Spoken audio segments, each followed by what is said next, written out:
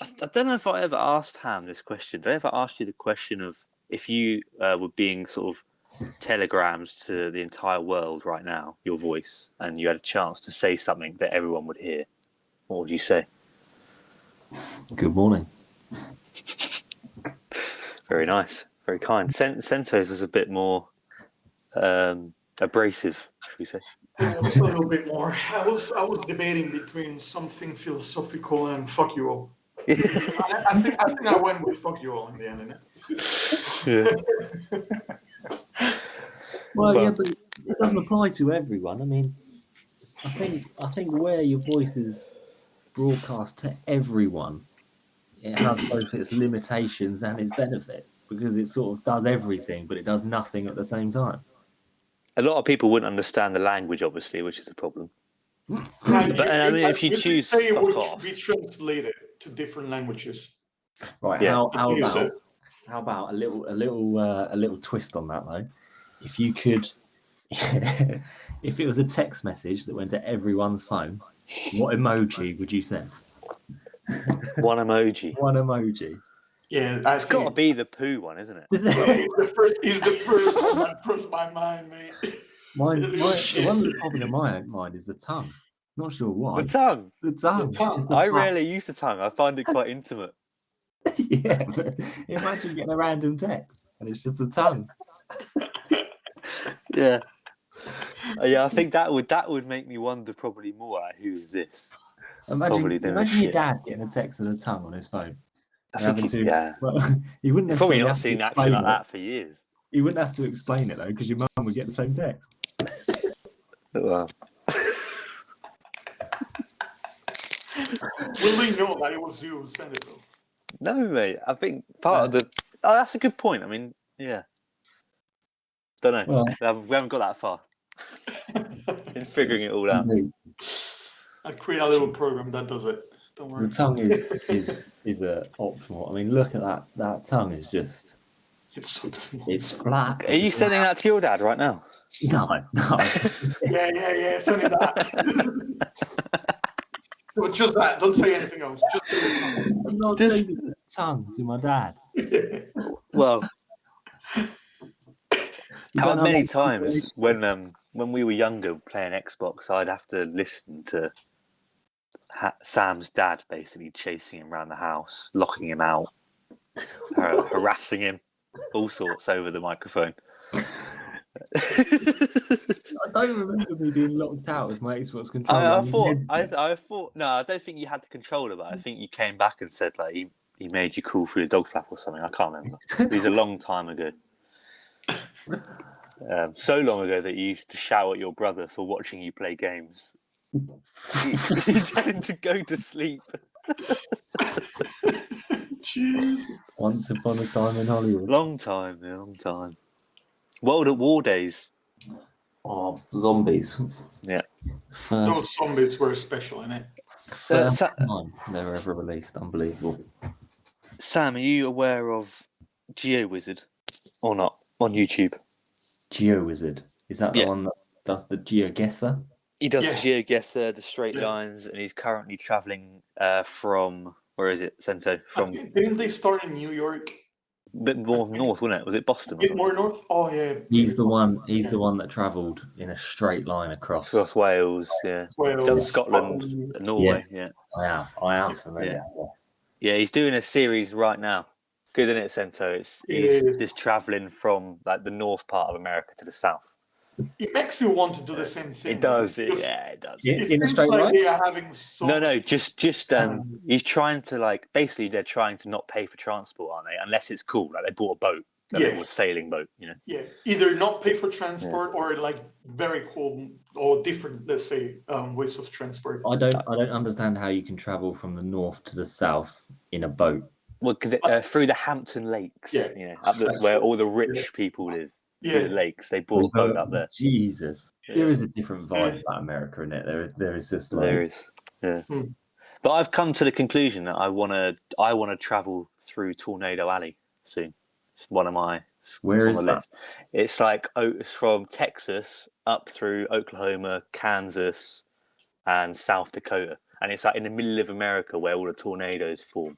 and I just want to go and see I don't want to see a tornado. It would be nice, be cool, but be scary. I wouldn't mind hearing the siren that goes off. That's quite funny. And I'd quite like to just see a big storm, like just a big thunderstorm, or like in the middle of nowhere in the Midwest of America, where there's just like diners, random drive-through motels and takeouts and whatever. Be a storm chaser. Yeah, exactly. I want to meet people at storm chasers. Like, what a crazy world, And just follow them around. Because that it feels like that part of America's. Yeah, it feels like that part of America is so far away from like all the major city. Well, there's probably like a major city in near Texas and stuff, but like from New York and LA and the major parts, it's just kind of out on its own, isn't it? Yeah. And I just can't imagine what it'll be like. I'd love to go. Love to go. See a tornado, maybe. Tesco. I'd like to go to Texas. Yeah. But what a good idea, isn't it? To like get an RV and drive it through. You need a hat as well. You need a cowboy. Get a cowboy hat. Get some boots, maybe. Yeah. Rustle some feathers. Sento would look good in some cowboy boots, I think. He would. I reckon he's got some. You've got to have some. No, I don't. In your bull riding. Maybe I do. I do have red ones, actually. Ever watched the? Nah, I don't. Ever watched the How I Met Your Mother series? Not really, no. Yeah, I've watched quite a lot of it. Ted Mosby had a pair of red cowboy boots in it. Was he the architect one? Yeah, the architect. Yeah. Before we get into the meat and gravy, I am currently drinking my yerba mate. Yeah. My yerba mate, and I'm probably going to get through about this much water comparison. That's pretty good. And for those at home listening, the yerba mate drink is typically enjoyed by South Americans. You've probably seen the likes of Lionel Messi, Luis Suarez, Edinson Cavani, probably. I can imagine he's probably drinking it. Well, yeah, it does Let's make assumptions on high class football. Yeah. Definitely Lionel Messi, definitely Luis Suarez. Griezmann enjoys it, and he's not actually even South American, so it does rub off. As you can tell, I've sat here drinking a couple of it. Maxi Gomez, our ex-striker in Valencia, also drinks it. I mean, he's from Uruguay.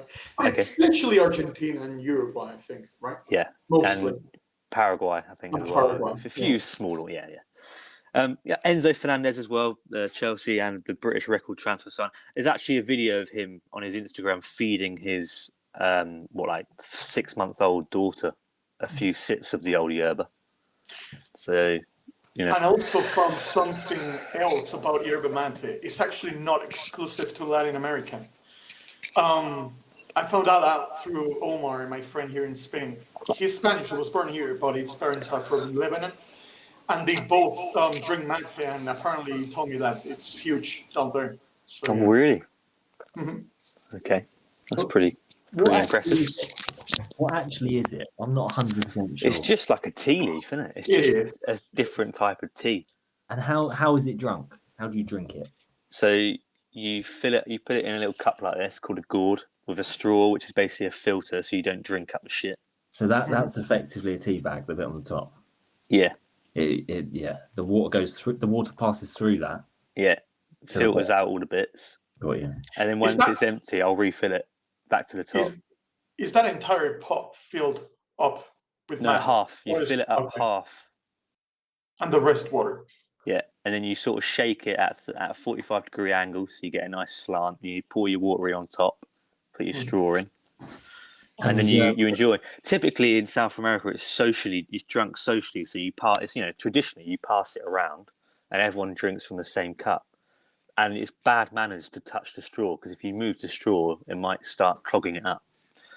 So that's there's a whole ritual behind it. It's quite interesting if you start reading into it, which I did after the World Cup. Obviously, maybe after seeing Argentina win it, I fancy a little bashing it myself, and I'm enjoying it. I'm almost through my 1 kilogram bag. So, Jesus, when did you buy that? Start of the new year, and I think once the Enzo Fernandez saga picked up pace, I was drinking it like it was water. So,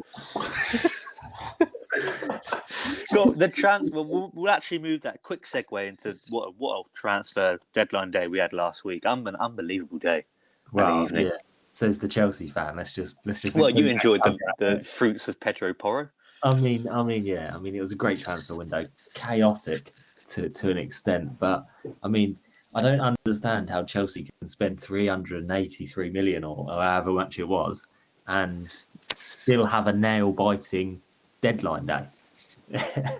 I mean, I don't know how they've got the finances through, but it sounds like it's all above board. Well, yeah, Cities was all above board at one point. Yeah, well, we'll move into that when we get on the flip side of the introduction. So, welcome everyone to the Pixel Players podcast episode. I want to say it's episode 16, but it might be 15. It's one of them. Basically, we must apologise for being on a big hiatus post World Cup. We've got a few things we've all been doing, which we'll get into afterwards. But welcome to the Pixel Player podcast. We are a NFT, well, firstly an NFT project, but we've sort of branched away from that. We are a football brand, digital football art brand, looking to connect fans and players all across the world for our love of art and football. So please do get in touch if you do like it. Get in touch on Twitter. We're at PixelPlayersNFT on Twitter, and we also have a Spanish account for those Spanish speakers out there. Sento, do you want to introduce the Spanish people? I mean, shall I do it in Spanish? I guess. Yeah. Well, bienvenidos a este proyecto nuestro llamado Pixel Players.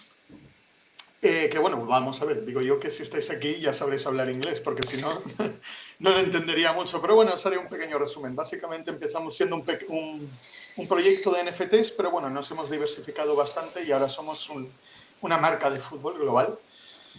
Y bueno, este es nuestro podcast. Volvemos al inglés con los angloparlantes. Hey there. Thank you, ChatGPT, for that translation. Well, welcome to the podcast. And if you are Spanish speaking, please do follow the @PixelPlayers_ES on Twitter. I am George, or @FeatherNovaAO. Hard to say my @ now. I've changed it. I recently changed it @FeatherNovaO.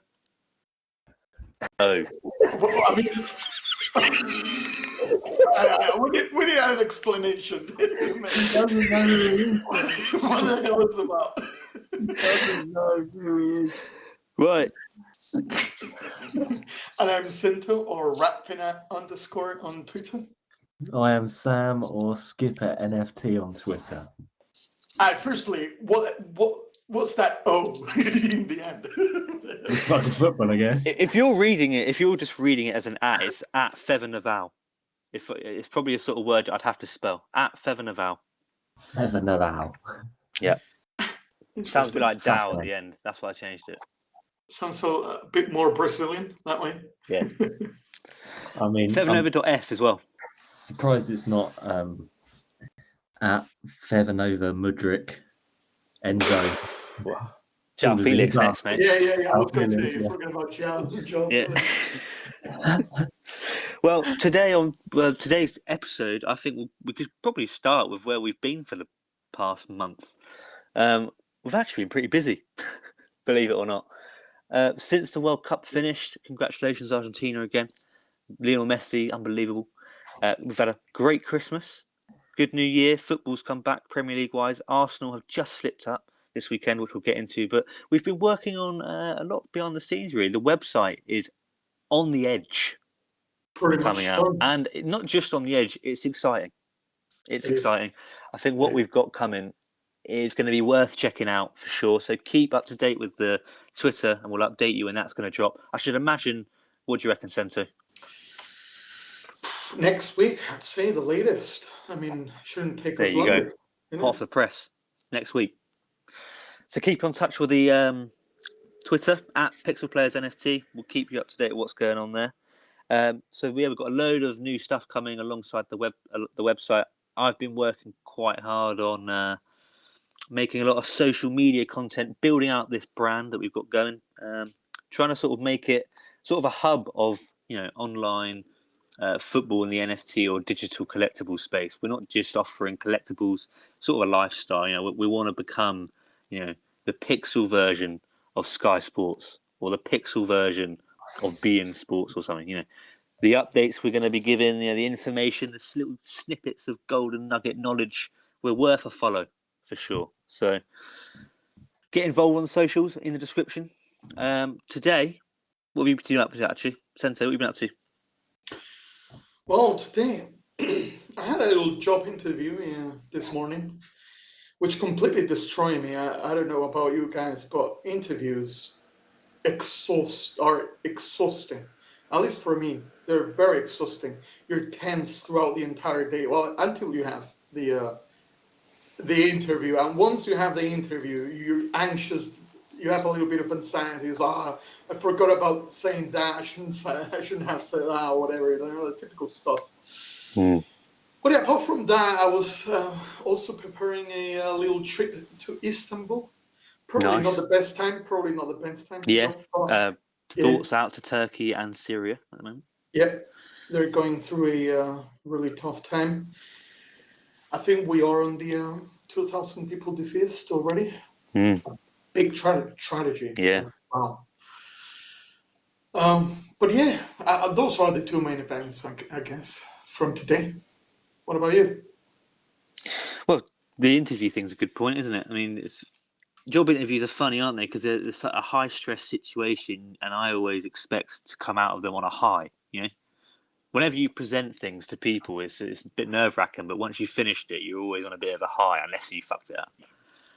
But with job interviews, you never really get the high, I guess, unless you get the job on the spot. You kind of, like you say, you walk out of it overthinking your responses and whatever. The nature of Sento's career as such is he just gets an immediate test. I mean, decoding AI, I mean, they just ask you, they test you straight away. Can you do this? Can you do that? Show me how you do this.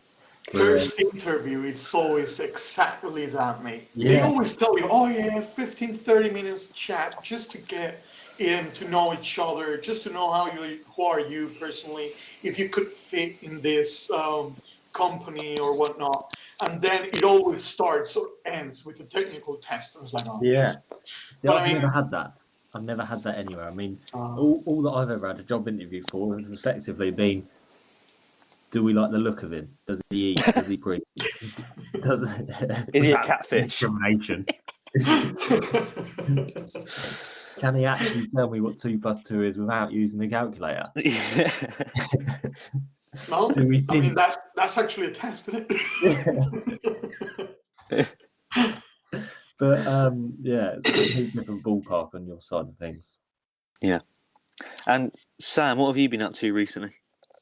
Well, I've just had a baby. Bloody hell. Just had a baby. Congratulations to Sam. Yes. End of January, 27th of January, we had a little girl. And we're recording this on the 6th of Feb, so she's just about 10 days old. But life-changing, mate. Cute as fuck. And when she came into the world, did you feel your world flip on its head, or how would you describe it? No, I was just tired. Just wanted to fall asleep. Tired. Yeah. But when you woke up, was it? I wouldn't say. Has it taken you some time to come to the reality? I wouldn't say it's like a button. You flick the button, it's like boom, everything changes. It's just like that's her, and you just get on with it. But I mean, the journey begins. The journey begins. Yeah.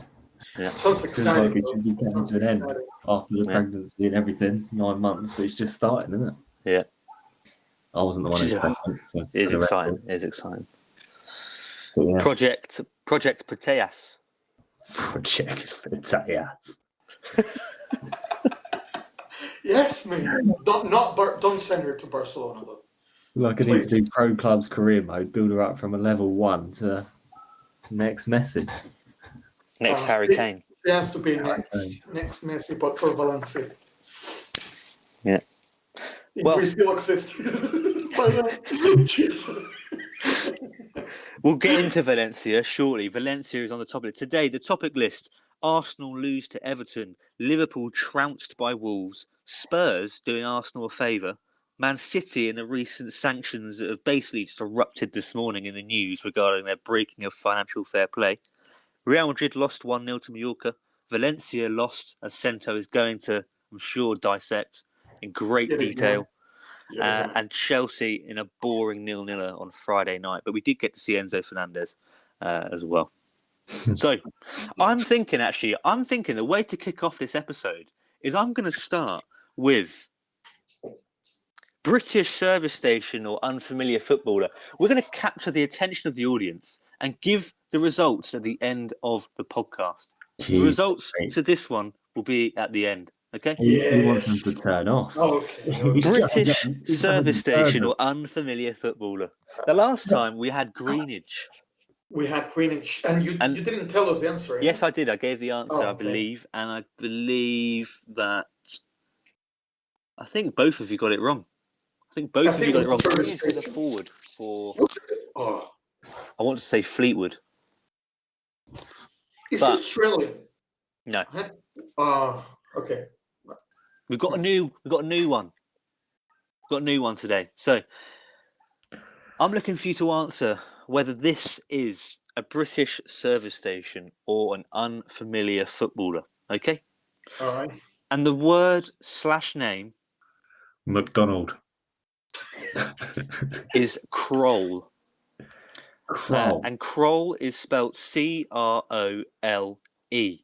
I had a German Krohl. That's who I had going on in my head.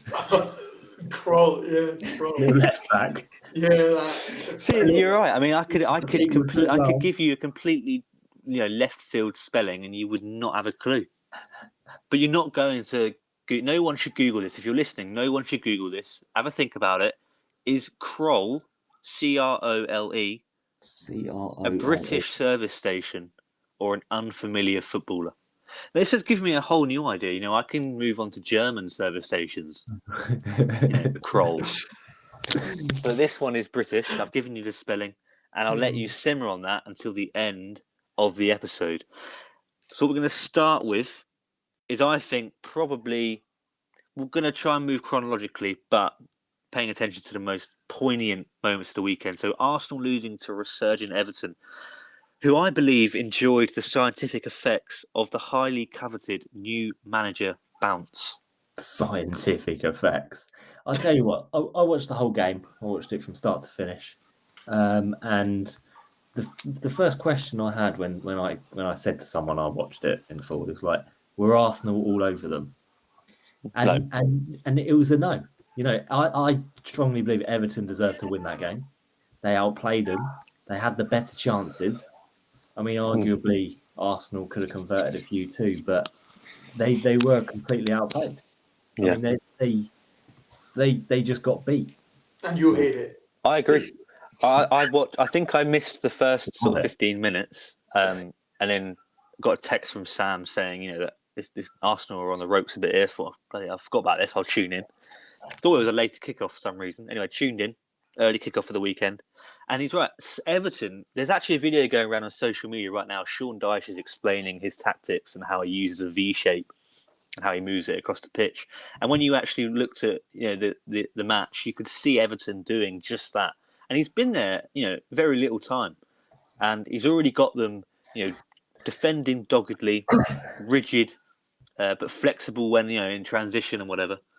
And I think Everton played Arsenal, not off the park, but they gave Arsenal a physical test that I haven't seen Arsenal come across for quite a while, actually. And it was refreshing to see Arsenal struggle. And there were a couple of standout players. I mean, Onana. Unbelievable. Standout game. Unbelievable. Yeah. I mean, Calvert-Lewin. Probably lost it, though. Calvert-Lewin was good. The outcome. Yeah, I think Calvert-Lewin, he could have converted too. Yeah, that header, that flashed across goal. But should have gone in. I think Everton just played well. But the funny thing is, Arsenal fans on social media have been, a few of them have taken it calmly and said, it's a long season, long time to go and that. Some of them have immediately looked for scapegoats, and we've seen people point at Arteta for his decisions in the game, but we've seen a lot of people pointing at Jorginho. Agent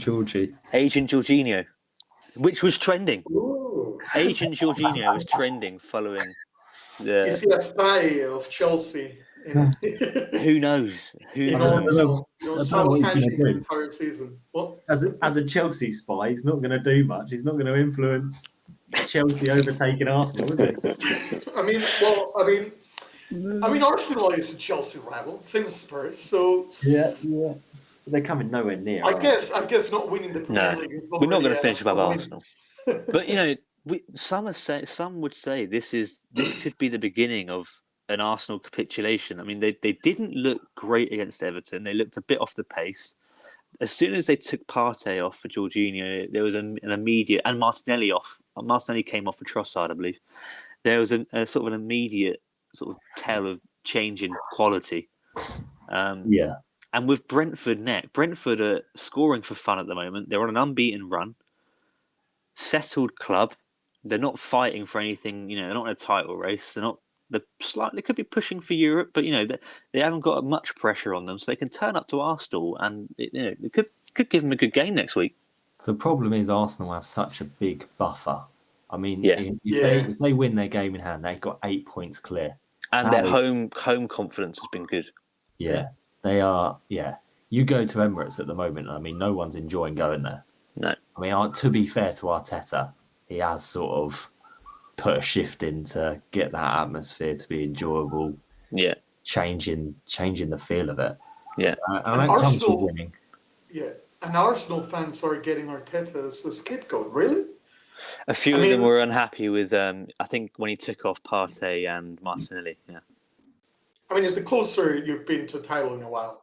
How can you even blame Arteta? I think Arsenal fans are desperate. They're desperate for this, aren't they? It's nervy. They're very nervous, and it's just ticked into February. They've got a long time to go still. I think this season goes into June, does it? No, it doesn't go into June. I think end of May, doesn't it? Very end of May. But they played 20 games. That's halfway through the season. They're now in their second half. And twice to play City, so even if they do go 8 points clear, it's 2 points buffer still. Yeah. Which is one game, isn't it? One slip up. So it's gonna be nervy for Arsenal fans. And like I said, I think they're desperate. They've been starved of success of late. Battered in a European final by their London rivals. And have just, struggled to sort of pose a decent argument as to why they should be, considered of recent on a par with even Tottenham. I mean, Tottenham were in Champions League final and, FA Cup semi-finals and whatever. Well, beating Arsenal, finishing them above them in the league and stuff. So, as a Spurs fan and a Chelsea fan, how are you guys feeling right now with all this Arsenal situation? Long way to go. That's long way to go. Yeah. Long way to go. And I think there's space for. Yeah, there's space for. Oh, you like art? I could do. You know what? I do get the sense that Sento's a bit of a closet Arsenal fan sometimes. A lot of them are in the closet though, George. So I mean, yeah, that's true. The thing is, I just don't know whether Sento likes to see me and Ham in despair, or whether he's actually got a bit of a soft spot for this Arsenal team. I just want to play with you guys. Only time will tell. I'm not a big fan of Spurs. I was going to say of Arsenal. I'm not a big fan of Arsenal, especially because of a certain man. You also know, George. Yeah, he made me hate it. Yeah. He was too passionate about Arsenal. We had a lot of fun watching Arsenal get beaten 5-1 by Bayern Munich, didn't we? That was the best part. I said it the other day. The best part was his face. His face changing. Like he was so happy for that game. Yeah, we're gonna bash Bayern. We're gonna bash Bayern. We're gonna get through all that. Blah blah blah. We get to the pop. Did Arsenal score the first goal? Yeah, I think it was either 1-0 Arsenal on a penalty, wasn't it, or it was a equaliser. I think it was actually the first. I think it was actually the first goal of the match. So he got even more pumped up, and then one goal, another goal by Bayern. Up until 5, you could see his facial expressions. He was silent by the end of it. Yeah, he literally silent. Not a single word on the way back home either. Yeah. But I think Arsenal fans should be confident still. I think, with what's just happened with Man City yesterday in the game with their North London rivals Tottenham, and with the news that's broken this morning, Man City are an extremely unsettled club right now. But in relation to Arsenal, I think the telltale sort of sign is what happens next, isn't it? If they can come back and beat Brentford, we're sat here probably, saying it's done deal. They've bounced back again from a pretty, depressing result. But if they lose to Brentford, it really does. It is on. I If think they they're lose to going to win Brentford, the it's on. title. I If think they they're lose to going to win the Brentford, title. 100% is on. But at the same time, I mean, they've got Man City. On the following week as well, and that's why I think if you lose to Brentford on Saturday, midweek, yeah. So if you lose to Brentford Saturday, Man City next. Man City are going to have the bit between their teeth. Is it at home or against City? Home. It's home, at home, yeah. It's at Emirates. But even if they beat Brentford and lose against City, I mean, you still look at the stats and they've lost 3 out of their last 4, including cup games. I mean, it's including twice to City, and there's a long way to go. I mean, City, we all know how City perform, but they can be a powerhouse in clinching those wins that they need to win towards the end of the season. Yeah. But there's a lot to talk about there as well. But on the flip side of that game, is Sean Dyche keeping Everton up? I think so. Done deal. Sean Dyche keeps him By the up. way, who's him? I never heard about him. Ex-Burnley manager. So he used to be the Burnley manager. You ever heard of Burnley? When? Yeah, I know Burnley. Yeah, but when though? Like for the last 10 years, wasn't it? Yeah, he was there for Here a he long is at the time. centre. I've just sent a gif of Sean Dyche in the snow. Lovely. Thank you. I've done a lovely Sean Dyche gif on Twitter as well. If you go on our Pixel Players NFT for this weekend, just gone, you'll see a lovely little Sean Dyche. I mean, I do remember like people doing Sean Dyche voices in school over 10 years ago. Yeah, very hoarse. Jesus. Very hoarse. Himself. Yeah. So yeah, I think we can probably move on from Arsenal. It's all hinging on this weekend with Brentford, so we'll keep our fingers crossed for that. Thomas Frank. Liverpool. Let's move on to Liverpool. Battered by Wolves, 3-0. Oh, by Wolves. Okay. Lopetegui's Wolves. Sento Lopetegui's Wolves. Yeah, I've not been following Wolves at all. How are they doing? Very well. Are they doing better with Lopetegui? Yes. Are they getting away from relegation? Yes, I think so. I think their results have picked up, in performances have picked up, tactics look better. They picked Liverpool apart. They did. I mean, Lopetegui's a great coach. Yeah. What's going on with Liverpool?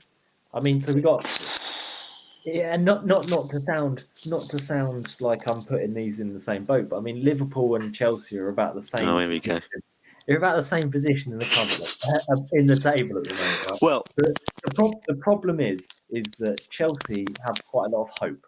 Yes.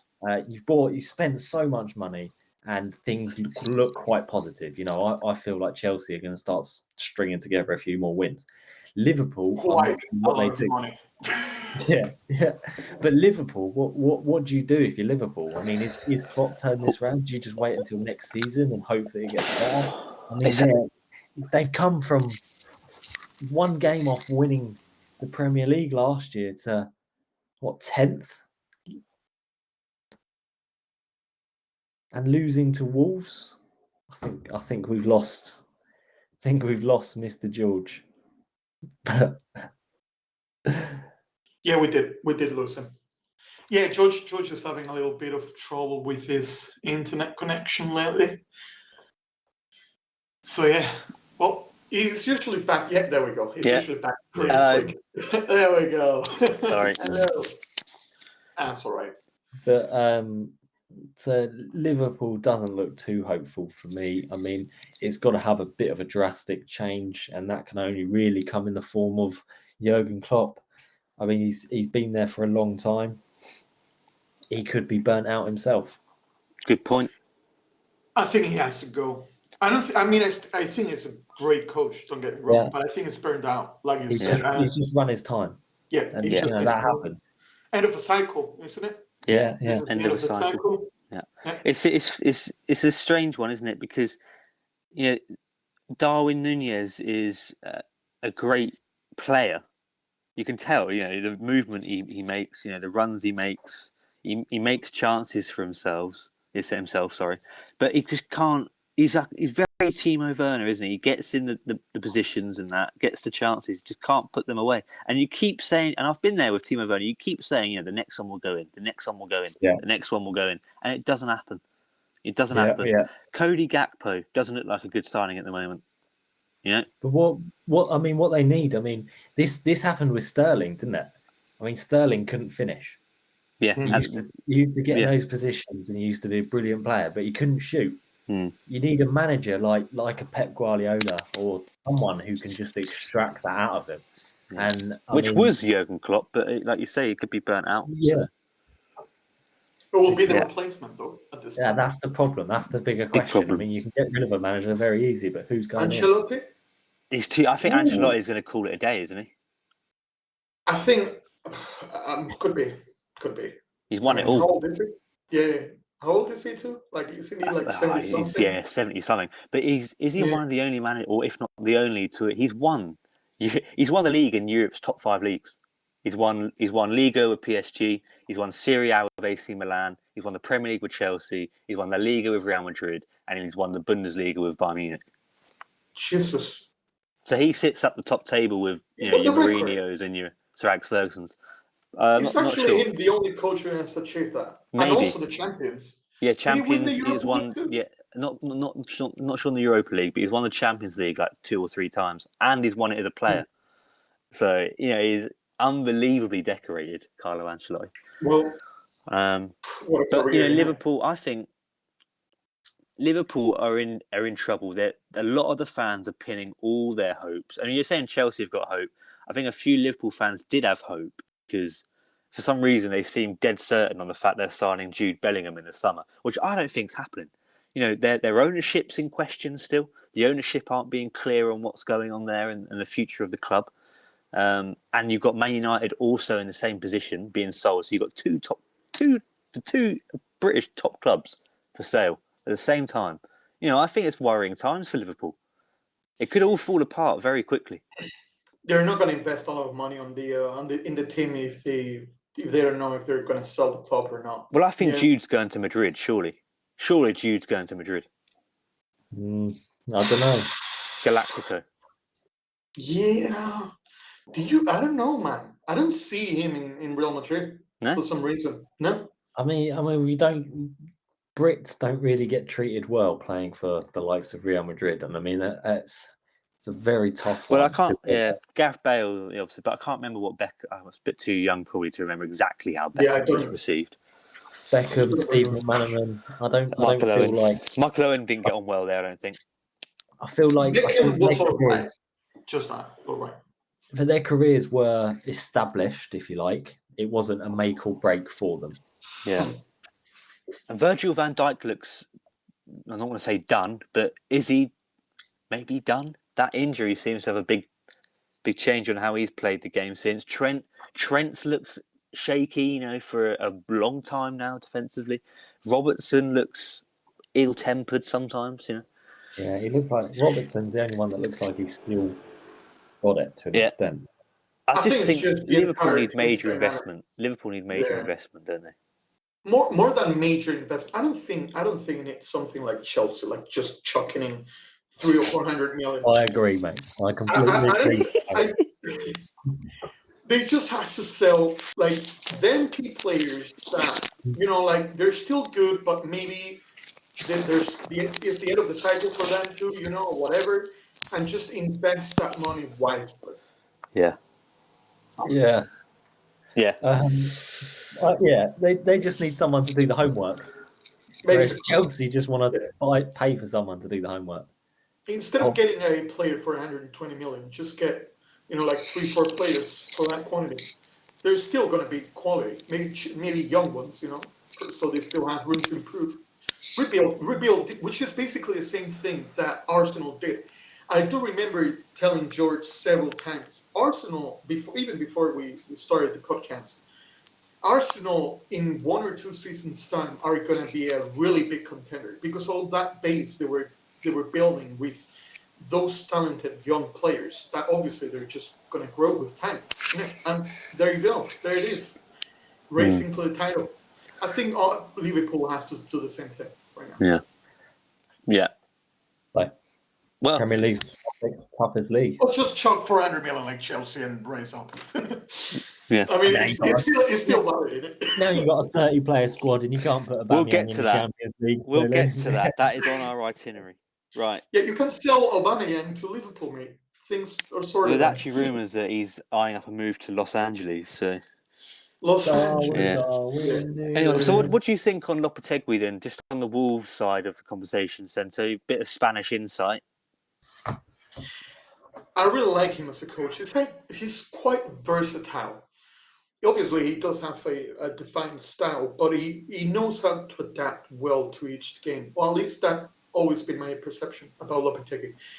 I didn't really understand what happened with him in Real Madrid, but in Sevilla he did really well. They were contending for the title last season, although this season I don't know what the hell happened that he was fired because they were in relegation positions. But even the same coach is having the same problem. I think it was just dynamics, similar as Liverpool. It's just a bump in the way in it. They have to get out of it. It's not the coach. It's not the team.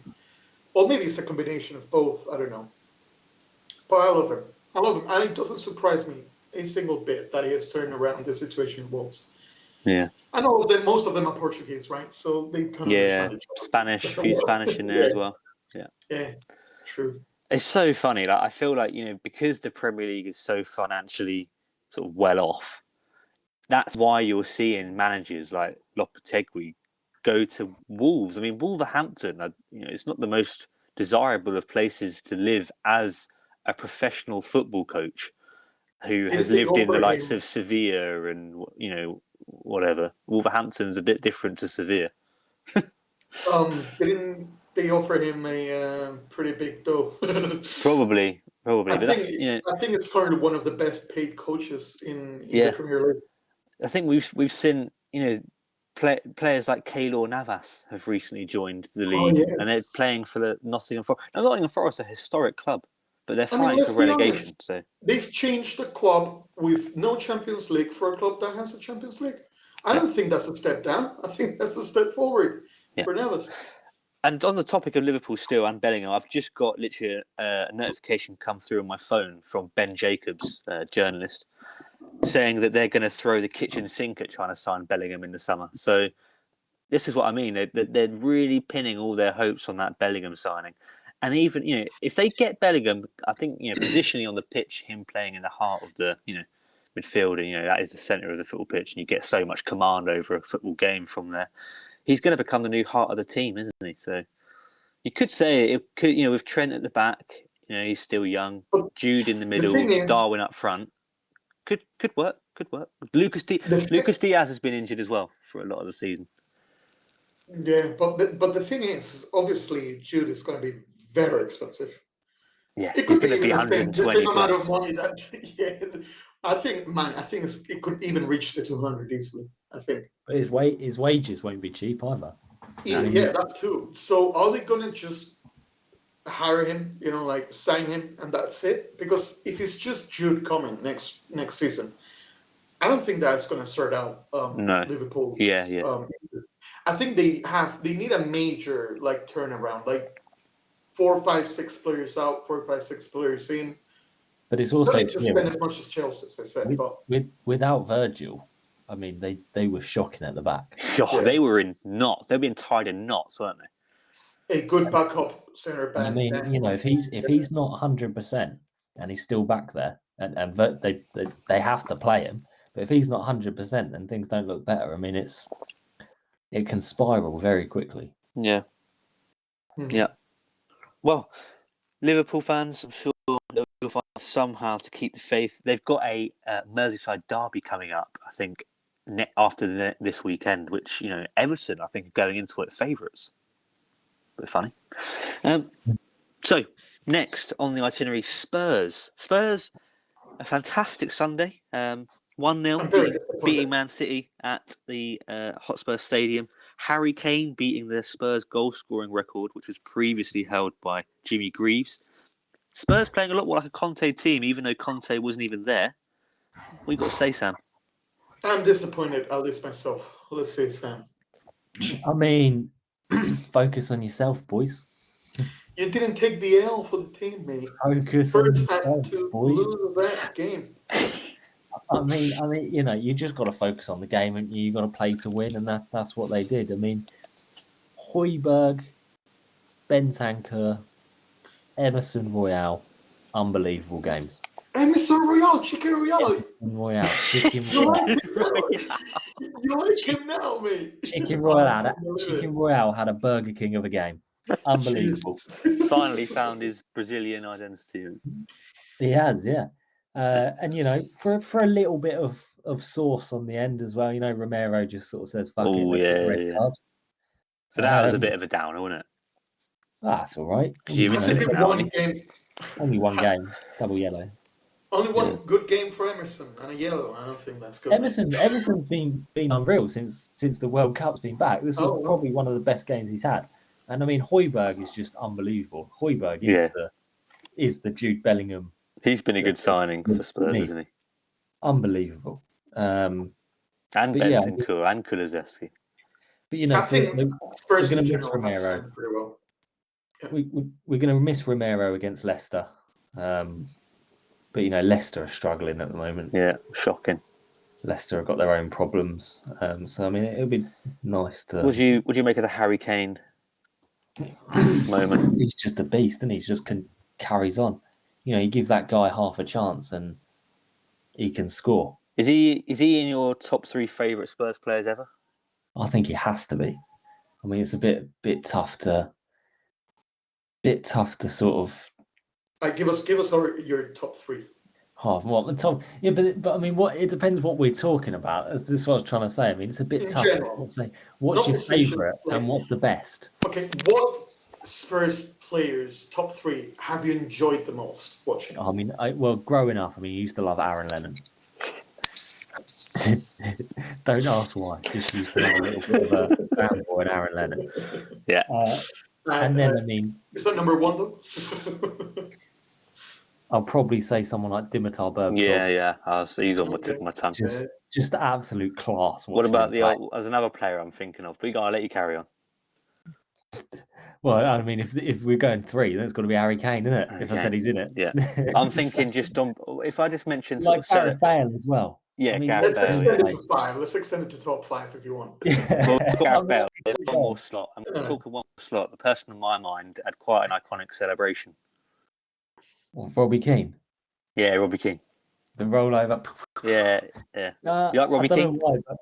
I don't know why, but I was never a biggest fan of his. I used to enjoy Jermaine Defoe a bit more. Defoe, yeah. Back in the day, but you know, I mean, you can never moan at someone who scores goals for Tottenham. Modric, right? You got any fond memories of Modric or? Too long now. Too long. I mean, he scored a couple of belters, but we're not talking. He really picked up Real Madrid. Enjoyable players. I mean, with Gareth Bale, just ping him in so often. Yeah. He did not pick in Real Madrid. Dimitar Berbatov didn't even need to run. Yeah. You know? just class. You should have taken Bale back, mate, after he left Real Madrid. Why not? Yeah. Just, like... He's retired now, isn't he? He's playing golf. Well, do you think... He keeps playing golf. It's not something new to him, innit? So do you think Spurs are making top 4, Sam, or not? Are you going to call it? Oh, are we making top 4? I mean, who are we competing with? So Man United probably going to hit 3rd at the current sort of pace. So we're competing with the likes of Newcastle, Brighton, Brentford. Now Newcastle, they could do it, but I mean, Chelsea has time to step up, although it's a little bit far away. But there's a long way to go. They do. I mean, if they win their game in hand, we're only 6 points ahead of them. But I mean, let's just keep it to who's there at the moment. And I mean, these clubs, I think the clubs that are there at the moment, Newcastle, Brighton, and Brentford, may sort of filter out towards the end of the season. I think Newcastle and It's a long Brighton are season. threats because they haven't got European football, have they? No, but it's still a long season. It's Yeah. just bam, bam, bam. You just need to keep knocking those wins in straight after each other. Yeah. Whereas, I mean, Brighton haven't really had their out of control spiral yet, have they? No, I mean, we they were had a wondering little if it's one going to after come. I Potter mean, they're left. playing such good football, aren't They had a little one after Potter left, but they? Yeah. and then you got likes of Newcastle, which are a little bit weird. I mean, I think In their first Mark- cup final for God knows 20 years plus. but I think Mark Goldbridge was saying this the other day. I mean, their last 5 Premier League games, they've drawn 4 of them. Yeah. And I mean, what's that? That's 8 points lost. Yeah. Well, who's Arsenal do that, to they know? still have both. It's an enthralling race for top 4 this year. And bottom 3, like entire Premier League is so interesting right now. Yeah. I mean, bottom 3. Bottom I've 3 actually become been bottom saying 6. this every single podcast. Like, the Premier League is so interesting. Like, you have big teams at the bottom, like Everton, and you had Wolves, you have West Ham. Leeds is reasonably big, also down there. Southampton, I think I did relegate them when we did the predictions in one of the episodes. So I was. Southampton to get relegated and Portsmouth to get promoted, wasn't it? Yeah. And then they're back together in the Championship. Beautiful. But it says Spurs ends in Conference League. Wow. Get us out. Well, do you think Conte's gone in the summer or not? Do I think Conte's gone in the summer? Yeah. Who are we getting to replace him? I mean, are we going to really have a fairy tale back with Poch? I mean, is that really what we want? That's not really what I want. I mean, There's going to be a bit of a managerial merry-go-round this summer, I think, because you've got Atletico jobs coming up for vacancy, isn't it? You've got potentially a Real Madrid job, potentially the Spurs job, potentially the Liverpool job. You know, Real Madrid for sure. I'm telling you, like, they're already looking to fire him like second, and it's not even the end of the season. So I think Ancelotti is going to go for sure. That's why he proposed. I think you could see Spurs going in for a De Zerbi or a Lopetegui. Potentially the Chelsea job. I mean, if they keep up there. Do you know what? There was a few crazy calls today going around, and we're going to get onto the Man City debacle in a minute in terms of their sanctions and the trouble they're in. But there was a promise made by the Manchester City board to Pep Guardiola, promising about, they're being honest about, saying, we're innocent and these investigations are going to be going nowhere and there's nothing to be worried about. And Pep's quite big on his honesty and clarity and things like that. So I feel like, if this does hit the fan for City, Pep could be off in the summer. And part of me thinks if Chelsea haven't picked up, Todd Burley's going to see Guardiola and get money signs popping out his eyes. Ding, ding, ding. A good coach, and this is actually not a joke, but I think it would be a really good fit for Spurs if Conte goes. Graham Potter. It's Gennaro Gattuso. Well, there was shouts of that, wasn't there, Sam? Before this is actually not a joke. I think the football style of Gattuso fits Spurs really, really well. Joe Jordan would have none of it. Why? You like it? I think there was a protest, right, Sam? Am I right in thinking that Spurs fans were almost protesting against Gattuso taking over because of some comments he'd made previously? For fuck's sake, yeah. There you go, Centre. Just put a little gif in there. Look at there he is. That's Joe Jordan under the Harry Redknapp era, squaring up. He was like that with everyone, mate. Talking of this, though, I mean, there could be some unkindled aggression here. I mean, Tottenham AC Milan in a couple of weeks. Yeah, good point. Back to it. Good point. Yeah. Well, moving on then from a very nice segue from the Spurs Man City game. Just lastly, was that a double-edged sword, Sam? You beat City. Were you slightly a bit like, what are we doing? No, mate, not at all. God, is Harry Kane a secret Arsenal fan? You've all seen the T-shirt. Of course, mate. Of course. But no, I mean, if City have to rely on a comfortable win against Spurs Yeah. in a stadium that they've never scored in the Premier League the last 4 or 5 years. I mean, just to beat Arsenal, which they could be 8 points behind. I mean, it's not the season for them, is it? No. It's not the City. But they didn't play anything like the City that we've seen. I don't know. I'm not here to question Pep's tactics, to be fair, but why don't you start Kevin De Bruyne? That was ridiculous. Is he trying to save him for the Champions League? I mean, Champions League, That's they've got a couple 3 of weeks games. away, yeah. Yeah, maybe it's just congestion, and he's trying to give him a rest or something, because they have got it's Arsenal coming up, big game, so maybe they're trying to rest him. How long has Pep been in City? It's been a while. 5 years, 5-6 years now, something only like that. 5 years. Something like that. It's been a while. I thought it was something more like 8. 6, for some reason. 7. No, not 8. I don't think it's 8. But yeah, anyway, moving on to Man City. So Man City, if we go back a week from here, rewind a week, João Cancelo has just gone on loan, sort of abruptly, to Bayern Munich. So they've lost João Cancelo, a very good player. It was actually a loan. Yeah, on loan to Bayern Munich. I thought Bayern actually bought it. I think there might be a clause in there, but he's gone on loan for now. And it's reportedly after he had a big bust-up with Pep Guardiola on the training pitch. And also reports about Bernardo Silva being unhappy. So there was underlying tones that there's something's not right at the City camp. They've turned up at Spurs. They've lost. So they've lost the opportunity to capitalise on Arsenal losing to Everton. And then this morning, we've woken up this morning on Monday, the 6th of February, Monday the 6th of February.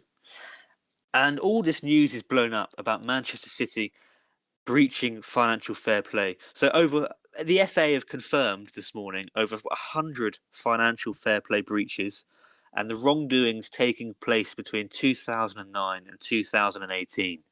So between those years, you've got about 4 or 5 titles, including the Sergio Aguero moment, the record-breaking season as well. There are talks of point deductions going on. If you're looking at what's going on at Juventus in Serie A, 15 points deducted. You're looking at points deductions, potential relegation, Pep Guardiola to potentially walk out.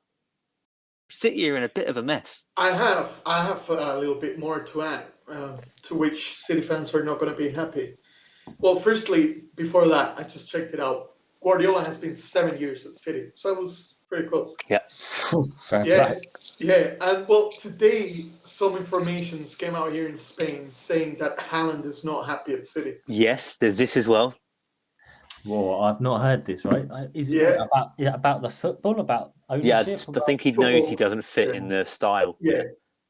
Well, he cannot show his full potential. You look at the Tottenham game, and I mean, he's making runs. I mean, even the commentators picked it up. And he's not being picked out, right? Yeah. He's making those runs, and he's through. I mean, Tottenham were playing quite, they were playing quite a high line at times, and he was making some good runs, but the balls just weren't going to him. Yeah. And I mean, to be fair, I love Romero to bits, but Haaland against Romero in a high back line, I think Haaland's, pinging one of those in every 5 balls that go to him. He's big, he can hold off Romero. So he's a big guy. Yeah. He's a big guy. And I can understand it, but you've also got a guy who scored 25 goals in a couple of weeks. A couple of weeks. Who's moaning about not scoring enough goals. I mean, that's either elite mentality or just mental. I mean, it's not really about not scoring enough, but not being able to show his full potential, like velocity. He's especially mentioned speed. And, I saw Jamie Carragher tweeting this morning, asking the question whether Haaland has chosen the wrong club, and I think it's the right question to be asking. Potentially, he's chosen to join the wrong club, and probably for the money. I mean, I'm unsure on what he was being offered elsewhere, but he's on about 350 grand a week, isn't he? So, do we think a Harry Kane would actually would work there though? Thing is, this is another point being made. On the ball, if you were watching the game yesterday between Spurs and Man City, on the ball, Harry Kane has got so much more to his game than Erling Haaland. Yeah, I completely agree. Yeah, it's a different type of player. Different type of player. So you could argue that Harry Kane would really have fitted into the free-flowing nature of Man City's football, dropping deep, putting out to wide areas. Harry Kane wasn't always like this. He's evolved to play that position. I Okay. mean, Yeah. he used to be a box striker, didn't he? Yeah. He used to wait for the crosses to come in, and he used to, But he reminds me to something similar to like Benzema currently, or maybe Villa, how it was Villa before. Like he is definitely good in the box, but he's also good like falling a bit backwards, maybe opening the games to the side and stuff like that. Yeah, moving around. Yeah, absolutely. And Haaland doesn't have that at the moment, does he? He just wants the ball. He wants to bomb forward and make the runs like you're saying. Yeah. Wants to get in behind. But that's a very tough one, Haaland. I mean, City look very. I wouldn't be happy if I was you. And I wouldn't be happy if I was you, Ham, because if Haaland is not happy and he goes, that might mean Kane. I agree. I completely agree. I think it's the best replacement for him, to be honest. I mean, I think Kane at City would be the only club that makes sense. Man United. Nah, what are you going to? What are you going to Man United for that you're not getting at Tottenham? To win trophies. They have Anthony, mate. They have Anthony. They don't even know what are they winning. Well, nothing yet. I mean, actually, Capital One Cup next week, or whatever it's called, Carabao Cup. Oh, I mean, come on. Are Man United even in Champions League? Yeah, they are, aren't they? They got Barcelona. Yeah, Barcelona, I think, isn't it? That's the Europa League, isn't it? I think. Is it? Yeah, that's the Europa League. Yeah, Barcelona's in Europa League. Yeah. Yes. Well, we'll wait and see. I think now we've seen Harry Kane. He's broken the Tottenham goal scoring record. I think if he's going to leave and stay in the Premier League, it's going to be this summer. Because if he doesn't leave this summer, there's no point. What's he waiting for?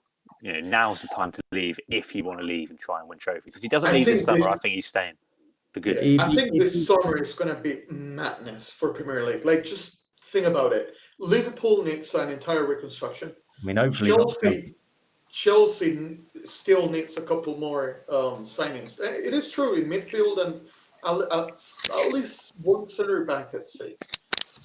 Well, Levi Colwill will come back from Brighton, which I'm very happy about. He looks like a good player now. Yeah. But I think you're right. I think we're getting Declan Rice in the summer. Declan Rice is going to Chelsea in the summer. Yeah. City is also going to go through another one.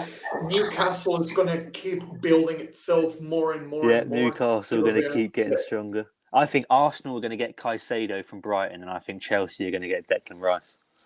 Do you know the club which I think has the brightest future at the moment? Go on. And that is Newcastle.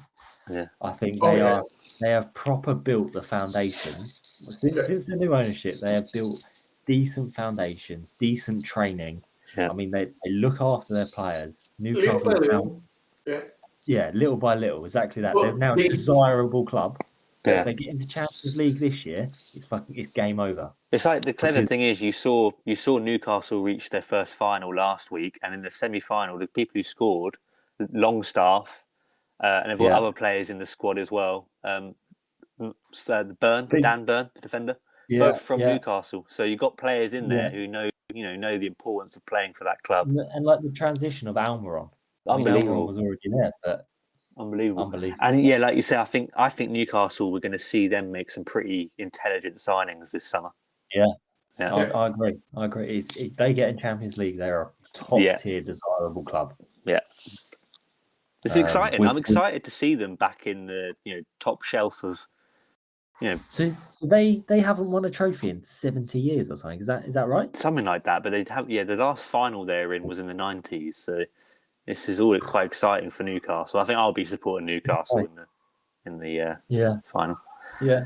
But just before we sort of move on, then, should we?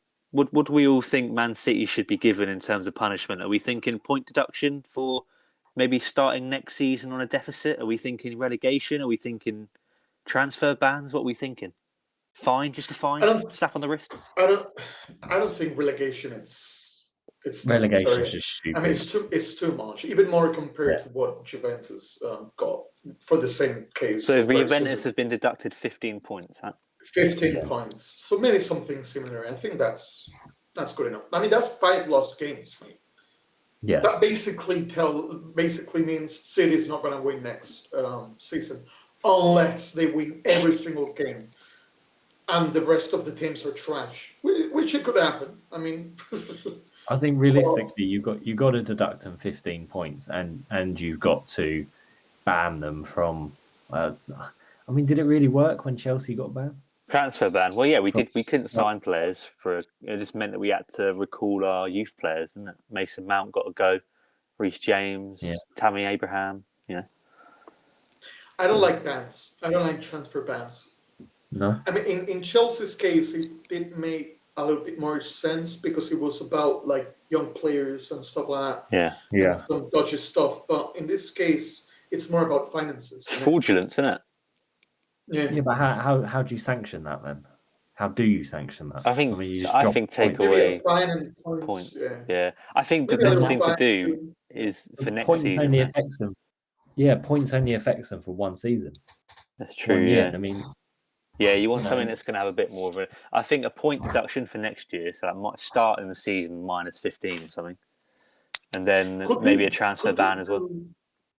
Could they do something like, well, the 15 points off? Yeah, they can do it. Kick them out of Europe. But something like whatever position you end in, there's no Europe for you. Yeah, I think that would hit them harder. Yeah, because that's the revenue. Yeah. I think do that. Yeah. Ban them from Europe for like 2 years and give them a point deduction, so they probably won't qualify as well. Whatever. But yeah. Anyway, right, we'll move on. The Liga, little bit of Liga, little taster, a little bit of tapas from the Liga. Real Madrid losing 1-0 to Mallorca. Any quick words from Real Madrid, Sento, before we get into your beloved Valencia? Well, firstly, that was a very entertaining game, which I didn't have the pleasure to watch. I did watch the highlights, though, because of Vinicius. I don't know if you guys know what the hell is going on with Vinicius in Spain, but every single player that is not a Real Madrid player hates him. Nice. Some people have said it outright, like Neymar likes him. Why this then? Why do they hate him? It's just very cocky, but in the wrong way. Like dancing all the time. But dancing in your face, like in the fans' face, the twerking, team's face, in the players' face. They probably shouting stuff to them because we always get him like saying some shit, probably not very nice things. Like no one likes him. in that Mallorca game, actually, afterwards, or maybe it was before, to one of the Mallorca players in an interview, they asked him, "Was like, what do you think about Vinicius?" Well, he didn't want to say anything, but he said like, "Yeah, I would definitely not put him as an example for my kid if he starts in football." Like he's awful as a person. He's awful. I do understand that as a player. Well, man, what can you say? Do you prefer Rodrigo then or Vinicius? What Rodrigo you mean? Rodrigo Moreno from Leeds? No, Rodrigo from Real Madrid. Oh, Vinicius, yeah. Vinicius. Rodrigo's good, but I think Vinicius is just on another level. And well, you guys know what happened with Paulista, right? Like, he went to kick him. Yeah, got a red card, got sent off for that. But yeah, everyone hates him, mate. Everyone hates him. So what does this loss leave Real Madrid then? So losing 1-0 to Mallorca, is it a big L for them? Big L. Derailed their season? I mean, it looks like... Yeah. But one second, let me finish with this Vinicius situation, though. So there was like this player, I can't remember what the name was, a Mallorca player, that it was pinging him all the time. I guess it was the right back. He was pinging Vinicius every time. And he was just dancing in Vinicius' face all the time, like dancing around, shouting things to his ear, stuff like that. In the end, he was getting pissed off, really pissed off, Vinicius, and Ancelotti changed him, I guess, because if not, there was going to be some trouble in the pitch. But it was so funny though. Big trouble for Real Madrid. They are in a bad situation, like in motivation, I guess. I don't know. Like the past games, they've not been playing well at all. We played against Real Madrid in the Super Cup, and later on in La Liga, and those two have been the two best games we've played against Real Madrid. And it's just because Real Madrid are no good right now. I don't know what the hell is happening. But they've started really well, and now they've declined quite a bit since the World Cup. But you look at the table, and I mean, it kind of looks like the Premier League. I mean, Barcelona look like Arsenal, 8 points clear, and then Real Madrid, Man City. I mean, the only difference is Barcelona they look unreal, right? Yeah, but that wasn't like that before, though. And before the World Cup, Barcelona and Real Madrid were constantly like battling each other, like 1 point away, the same points, whatever. Yeah, but now there's a fair bit of a gap. So how's Xavi getting on at Barcelona then? Amazingly well, which I hate. It's finally coming together for him, is it? It is. It is. It was definitely not an easy start for him, but no. I mean, it's his club. I was expecting this. I was expecting. So there's no chance of Pep going back to Barca then, if Pep. No. I mean, conceded 7 goals. But yeah, 20 games, 7 goals. Defensively wise, they are amazing. How many goals? I think it's been games. Sorry, I think it's been already several games without any team being able to score. That would Andreas Christensen, is it? Not Christensen. Christensen doesn't have to do much. Real Betis scored against them 2-1. Yeah, okay. Then it was before that, maybe. Yeah, you scroll down and it's like one. Yeah, it's mental. So you think Barcelona will win the cup? I think so. Yeah. Real Madrid is not in good dynamics. I really don't see Real Sociedad or Atletico picking up that. Yeah. Like, how many points is even that? 19, 18 points? No, not happening, is it? Nah, not happening. Definitely not happening. Flipping the table then and looking towards the bottom, Valencia losing 1-0 to Girona. Oh, man, Far away. Don't get me even started. Don't get me even started with that, bro. Girona. How many games? Okay, firstly, let me give you, like, we haven't won since before the World Cup.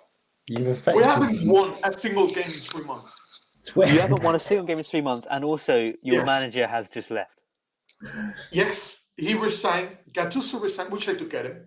I mean, oh my God, Valencia! Like, he resigned or was he sacked? No, he resigned. Club saying that it was a mutual agreement and blah blah blah blah. And when they asked him, okay, but someone had to propose it, right? Like, whose idea was it? Was it Gattuso who came on and said, "Look, guys, I cannot keep going on with this," or was it the club saying, "Okay, like you're not longer fit for this"? But no, the club is just saying, "No, it was a mutual agreement. It was a mutual agreement." Yeah, both of you came out with the same idea at the same time, said it at the same time, and you both agreed at the same time. It was mutual. He's either sacked or it's a mutual agreement. I mean, they'll never say that he's resigned. Or he resigned. He definitely resigned. And I do get him. Like, for example, in one of the petitions, well, apart from asking for signings, obviously, because of, well, this state is the state the club is in, which is, I think that already explains enough. He asked for signings. We need, okay, let me tell you what Valencia's midfield consists of right now. He wanted one midfield. He just asked for one midfielder. One midfielder. Obviously, we need more, but he just asked for one because he knew the club was in shambles financially. Just bring me one, man. Just one. So midfield right now. Just bring me Jude Bellingham. Our midfield right now is Elash Moriba from Leipzig. Okay, he is a midfielder. He started pretty well right now. He's trash, complete trash. Nico Gonzalez from Barcelona. He's injured for at least 3 months, so it's like not having him. And then Hugo Guillemon, center back, reconverted to midfielder. Yunus Musa, left wing, not right wing, sorry, reconverted to midfielder. Tony Lato, left back, reconverted to midfielder. All of it this season. So basically, we have no midfielders. We've got great defensive. And what? So you got rid of Danny Parejo though, like a season or two ago. We gifted him for free to Villarreal. To your rivals. Well, kind of rivals. It is our rivals. Yeah. It is. It's our derby. Well, one of them. We have two. Either that or Levante. So what's the way out? What's the Selling the solution? fucking club. Per Lim, sell the fucking club, mate. There's no other solution. So one of the things he asked Gattuso was, okay, sign me a midfielder. That didn't happen. And then he said, okay, at least Tony Lato is ending his contract this year. Renew him, all right? Renew him. And they said, okay, we're going to renew him for 3 years. The club told Gattuso. On the last day of the market, they offered Tony Lato a renewal for 1 year, not 3, 1, with a 60% salary reduction. It's basically a fuck you, get out of here from the club, man.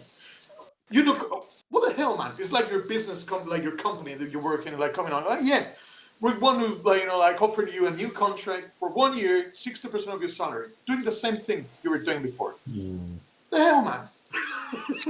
What the hell?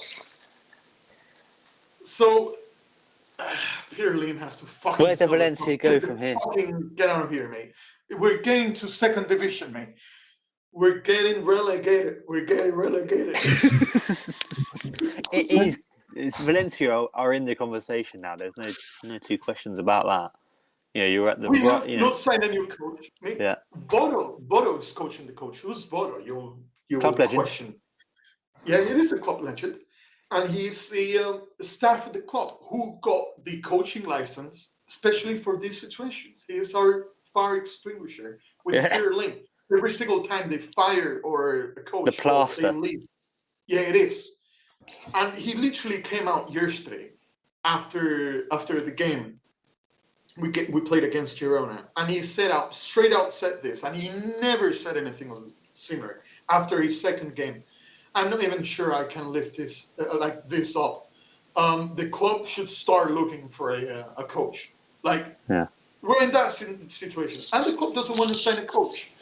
And when you ask the club representative, I guess, or the sporting director, or the president, or whatever you want to call it, he's saying, "Oh no, we have such an equilibrium in this team. Like, we have all the positions covered. We don't need to sign a coach either. We're good. Yeah, we're good. 1 point away relegation, and we've already lost against the last 10 teams of La Liga. If you lose against the top, the bottom 10, you're not going to win against the top 10. It doesn't make sense." And on the weekend, So, you've got Atletico Bilbao, so they're not doing too badly, are they, Bilbao? Yeah, Bilbao. I don't know if you watched the last game in Copa del Rey against Bilbao. They won. How much was it? 3-1, was it? I think it was the score. They could have perfectly scored 10 goals that game. Mamardashvili, as always. Mamardashvili has been for 3 months the goalkeeper, our best player, and he's our goalkeeper. Yeah. When the goalkeeper is your best player for 3 months straight, something's not working. Yeah, relegation team. It's normally the relegation teams that the goalkeepers get a lot of plaudits for. Yeah. And after Bilbao on this weekend, you've got quite a big game now against Getafe. Yeah. Yes. Big game. Really big game. Yeah. And I have the feeling Getafe is not getting relegated, Yeah. And they're right now 19th. That's my feeling. And if they don't get relegated, we are. Yeah, it's one of you. Yeah. So, yeah.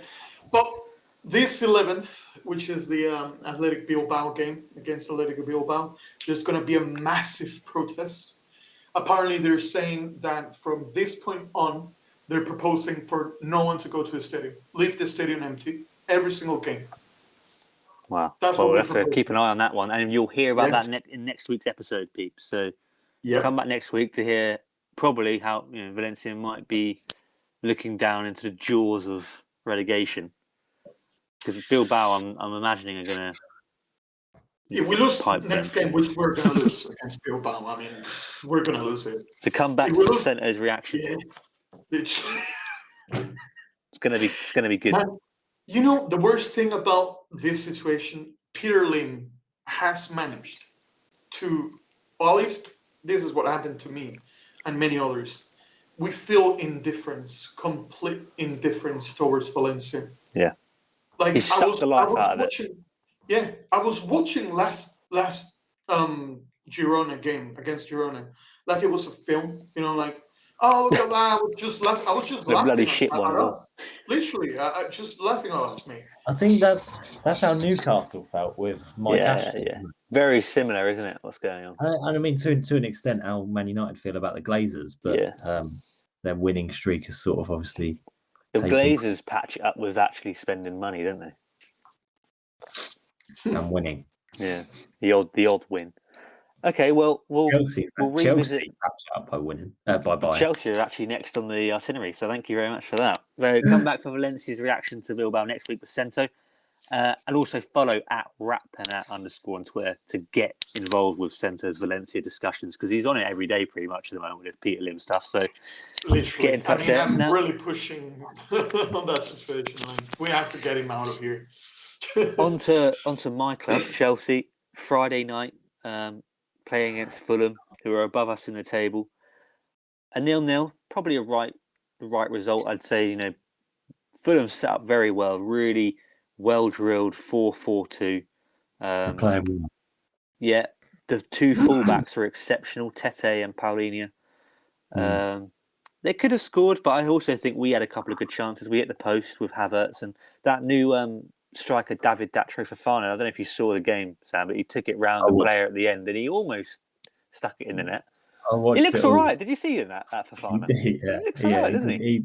He did look decent. He's 20. I think anyone else other than Kai Havertz and you probably would have had a couple of goals. Yeah. I mean, Havertz has been in shocking form. What about Broja? Broja's tore his ACL. Yeah, he's season ender. Yeah. By the way, how many strikers do you even have now? Like, don't get Chelsea. Yeah, I mean, that's good here all day. An hour. You'll just be listing them off in like 2 hours. No, like. We got João Felix. This is actually quite amazing. We have time. Not having strikers, Chelsea to now having what? Gabriel Jesus? We got Gabriel Jesus. Sorry, not Gabriel Jesus. Sterling. Aubameyang. Yeah, I said Gabriel Jesus because it was the fight that the last summer, right? Because you were battling with Arsenal to get Gabriel Jesus and also Sterling, like both of you were. Yeah, Sterling, Aubameyang, Broja, Fofana. I mean, Kai Havertz is not really a striker. Yeah, and he was João Felix, but we'll have him anyway. Yeah, like Jesus. I mean, João Felix is back. João Felix has come back. Is he next back? game back? Mudryk. I thought Mudryk. Mason Mount was playing in his position. Yeah, Mason Mount hasn't been in good form either. But Mudryk was reportedly ill. He had a cold apparently, but for me, it looked like he wasn't quite sure on what was going on really. Mason Mount played an incredible ball through to Kai Havertz. Couldn't get his toe to.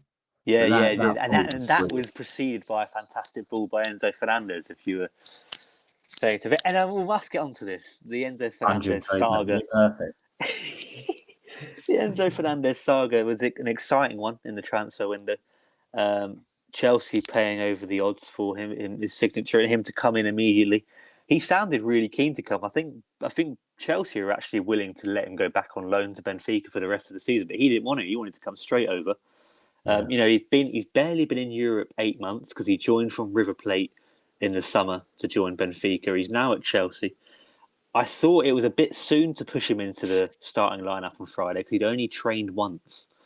But 22 years old, some of the ways he was flying into challenges, there's one where he sort of went into a challenge, kicking the ball, which is always a sign of a person that loves a bit of a scrap, That's the River Plate. Yeah, it's the Argentine, isn't it? That's what you get from your Romeros and stuff like that. So a few balls he plays, he gets stuck in with a challenge and he straight away heads up, plays a ball through.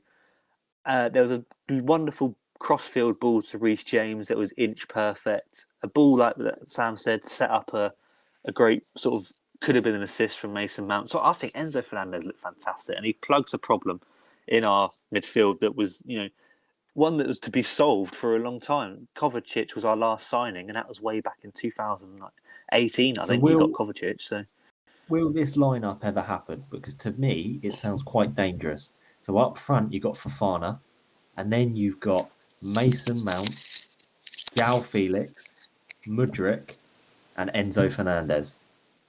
Well, I'd like to see Zakaria played as the sort of defensive midfielder to allow Fernandes to go up the pitch a bit more.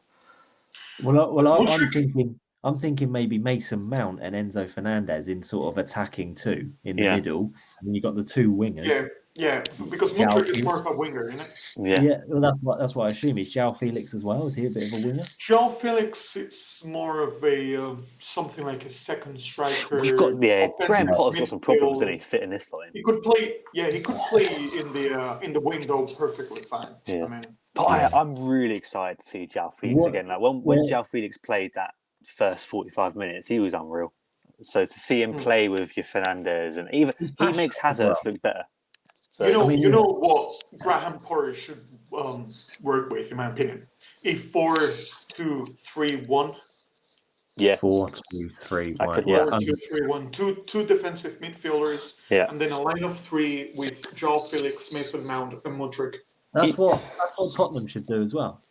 I mean, the line of two midfielders you could have Enzo Fernandez. Enzo Fernandez could come out and off. Like, you have four really good. But Chelsea, is Kante still injured? He's just, I think, on the brink of coming back, but his legs are gone pretty much, aren't they? So, but, Ben Chilwell and Reece James are coming back as well. So I think things should be looking up for Chelsea. I am hopeful.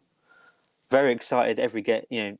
It's the first time in a while I was that excited to watch a game the other day, but it turned out to be a damn squib. But I'm very excited to see the likes of Fernandes linked up with João Felix and stuff like that. So it's just, I think it's a waiting game. If there's one thing I took away from Friday, it was that we definitely look like a team that has barely played football together. But again, like I say, I mean, your comparison to Liverpool is you've got exciting times ahead. Yeah. And also, we've got Dortmund in the Champions League. Dortmund coming up in 2 weeks, Champions League. So you're going to see Jude Bellingham against an Enzo Fernandez midfield battle, which I think... can't wait for the Champions League to be back. Yeah, I'm looking forward to it, I must admit. I'm looking forward to it. Would you like Bellingham? Like, imagine getting Bellingham this He's gone. Month. I think we won't pay that money for him now. We're getting Declan Rice. I think we're getting Declan Rice. Now, after spending after getting 400 million in 3 players. We won't spend that kind of money on it. 350 million later. No, I think Declan Rice has got Chelsea written all over him, to be honest. So. Yeah, and João Felix probably. I think we're going to get João Felix. A lot of people were saying, "Oh no, he just signed a deal with Atletico before he left." But I think that was done to protect his sell-on fee, and we're going to end up paying like 80 million for him. So João Felix will probably, I think, be signed in the summer as well. How much did you say? 30 million? 80 million, I reckon. Oh, okay. Like 30 million. What? 30 million for his left leg, probably. Yeah. How old is he? I think he's about 24, isn't he? I think 22. No, I think 22. Younger? Well, even better, mate. Younger. Yeah, well, exciting. I think that's it, isn't it? I think we've covered the itinerary today. Like, comment, subscribe, please, if you have enjoyed. Next week's going to be tasty. Loads more to come. Don't you dare forget, George. Don't you dare forget. The answers. We need the answers. Yes. We need the answers to British footballer or service station. So the name was Krole, Crole. Okay. Yeah, I mean, I can see a Nathan Krole. I mean, this sounds like an English name that rolls off the tongue. It sounds like it could be like some sort of midfielder or striker from Salford City or something of the sort. I don't know. When you when you think about the names and the history behind the name, it's like, Andy Cole typoed his name on the birth certificate and then it's just carried on down. Now it's Nathan Krole. Well, if you're going to say player, just to tell you the country, I'm just going to say service station. And where do you reckon the service station would be? Krole. Krole Services.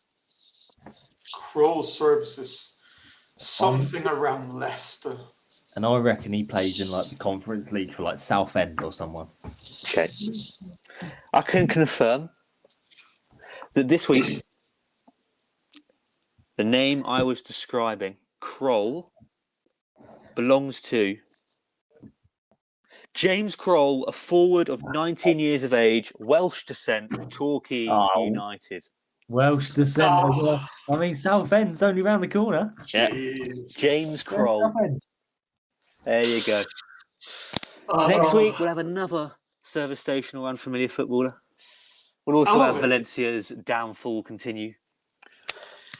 Well, next week we'll probably be in relegation already. Yay! Yeah, and we're going to see Chelsea, West Ham, the early kickoff. I'm excited to see, whether we can finally start picking up some points. That'd be nice.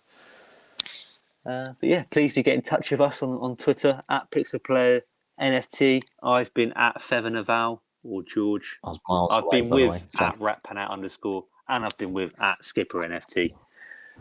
It's been a pleasure. Ta-da. It's been a pleasure. Yeah.